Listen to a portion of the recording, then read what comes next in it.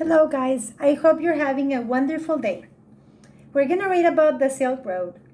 Not all exploration took place over rolling seas. The Silk Road was a land route between Europe and Asia. It was used from around 500 BCE until sea routes to China were opened up in about 1650. The most important product traded along the Silk Road was silk. For centuries, the Chinese kept the secret of how to make silk from other nations. Along this road, trade was conducted between China and Europe. Chinese merchants sent silk and spices to Europe over the mountains and desert of Asia.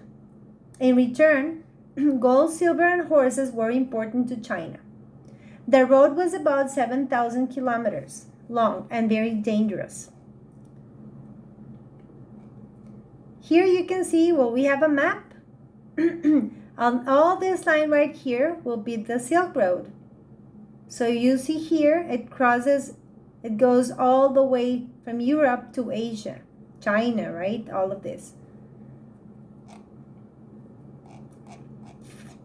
It passed through numerous kingdoms where rules demanded gifts from travelers. In addition, bandits would often pillage a traveling camel train. Because of these dangers, the goods were passed from one merchant to another, with no trader traveling for more than a few hundred miles at a time. Marco Polo was a trader and great storyteller from Venice, Italy. He was the first European explorer to travel the entire length of the Silk Road in the 13th century. It took him 4 years, and he wrote about his travels. The Silk Road became less important after European ships began a regular trade with China around the southern tip of Africa. The Age of Exploration. The Age of Exploration began in 15th century Portugal. In 1450, Prince Henry of Portugal, known as Henry the Navigator, took command of a port in northern Morocco. Henry sent out his ships to explore the west coast of Africa. He paid for many expeditions that eventually reached Sierra Leone on Africa's west coast. Later kings of Portugal financed expeditions that sailed around the Cape of Good Hope at the southern tip of Africa. This opened up trade routes to India, China, and the Indonesian and Philippine islands, called the Spice Islands. Portugal became rich and powerful through its control of trade in this area. The Age of Exploration eventually led explorers to the Americas in the late 1400s. Over the next 2 centuries, people began to move to this new world and settle in what is now the United States of America. Most of them stayed in the eastern part of the territory, leaving the western part wild and unknown. In 1803, President Thomas Jefferson created the Corps of Discovery to explore the uncharted territory in the western United States. He appointed Meriwether Lewis and William Clark to lead the exploration. Their group had 2 unlikely members, Sacagawea, a Native American woman, and her infant son, who often traveled on her back. Sacagawea was a member of the Shoshone tribe. She had been kidnapped in 1800 by a band from the Hidatsa tribe.